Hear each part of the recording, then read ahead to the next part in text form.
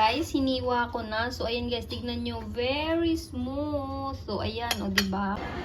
Hi guys! Welcome to this YouTube channel kung saan lagi kayo ang bida!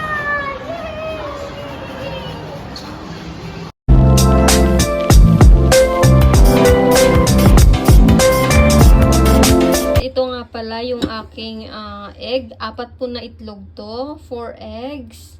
Tapos, binati ko na po siya. Tapos, ito yung ating banana. Imamash ko na po yung banana. Tapos, kanina po binidyo, no? So, mamash lang po natin tong banana hanggang sa mag-pinong-pino.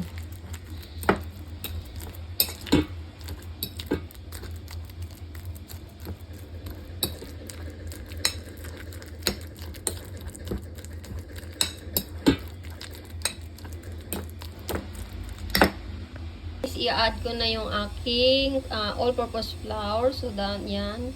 Yung sarili ko po itong para hindi na ako matatagalan.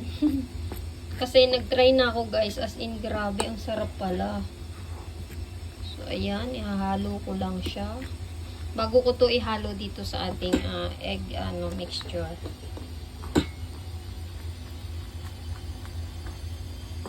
So, maglalagay tayo ng oil guys. Ako dito ng oil guys, tapos haluan ko ng yan, wag masyadong marami para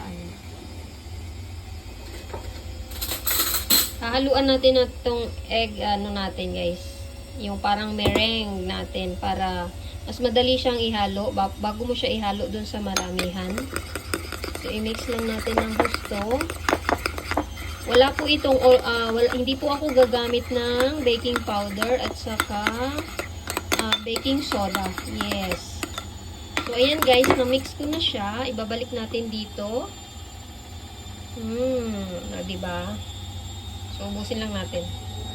Guys, so, ito naman, ihahalo na natin dito. Unti-unti lang para, hindi siya mabigla.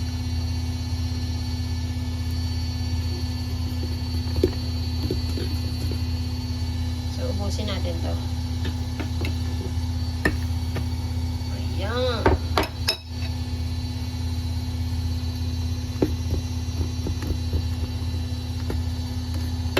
So, ayan guys, i-mix ko lang. Mag-a-add tayo ng water since hindi na ako gagamit ng milk. So, water na lang. So, nag-add ako ng kaunting sugar. So, i-add natin to dito.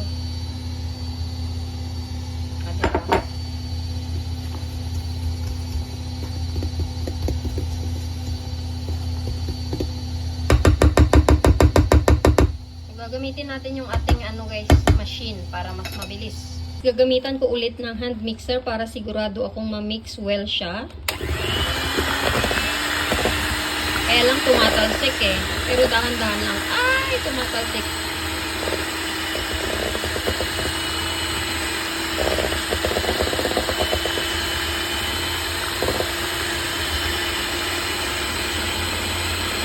Sa gitna lang ako guys kasi may tumatalsik.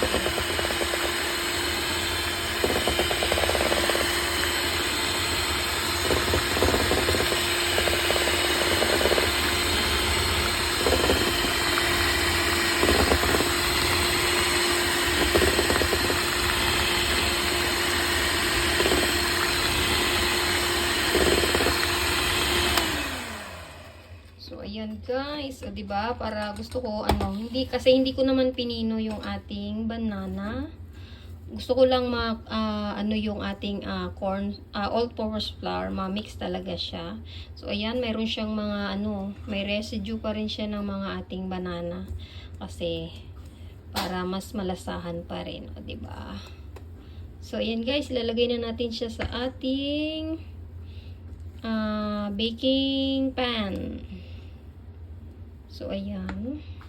Sinalin ko na siya dito. So, may natitira pa. So, second batch ito. Ito lang yung gagamitin kong baking pan para mas maganda siya. So, i-on na natin yung ating oven. So, ito yung ating oven. So, i-on ko lang siya for 190 degrees Celsius. So, painitin ko lang ng kaunti. Or pwede namang ano. So, siguro mga ano to. Mga 20 minutes. So, ilagay natin sa 30 lang. Yan. Kasi titignan naman natin mamaya kung ano yung magiging resulta. So, ilalagay natin siya dito. Kasi na-try ko guys. As in, super moist pala talaga. Kahit wala akong baking soda. At saka baking powder.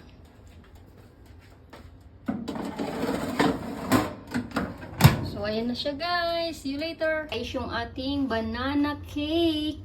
No baking soda, no baking powder. Yes. So, ayan po siya guys. Very moist po yan. Very soft.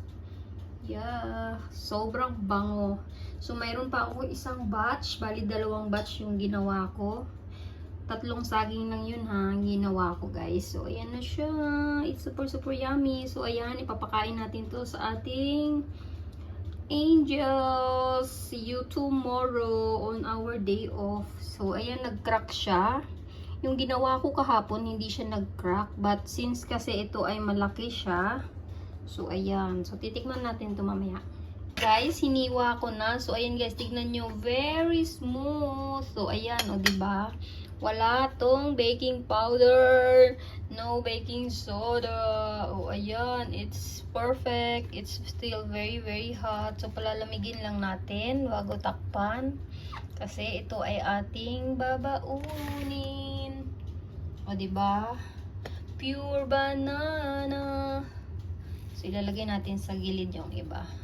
Bukas to guys, pag lumamig siya, as in, grabe. So, kakainin natin tong isa. Guys, titikman natin itong ating banana cake na super duper smoky pa siya. Super hot. As in, super super moist. Yung tamis niya is more on banana.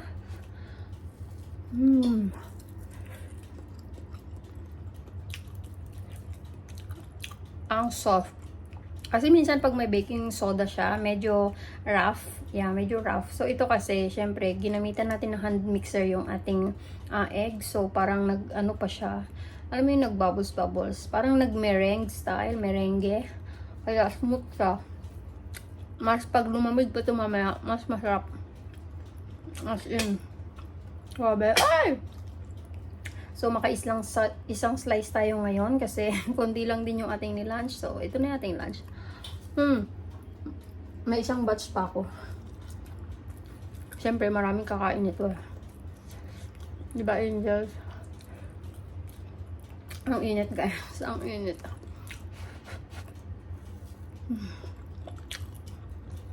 Grabe. Perfect. Mas masarap siguro to kung nilagyan ko nga pala siya ng cinnamon powder. Yeah. Kaya amoy cinnamon. So next time gagawa naman tayo yung mayroon siyang chocolate at saka nuts. Ano mo yung para siyang ano? Ano ba yung mga cake? Yung cake na ano? Mousse? Ay, hindi. Hindi mousse cake. So, ayan guys. Enjoy tayo ng kakakain. Thank you so much.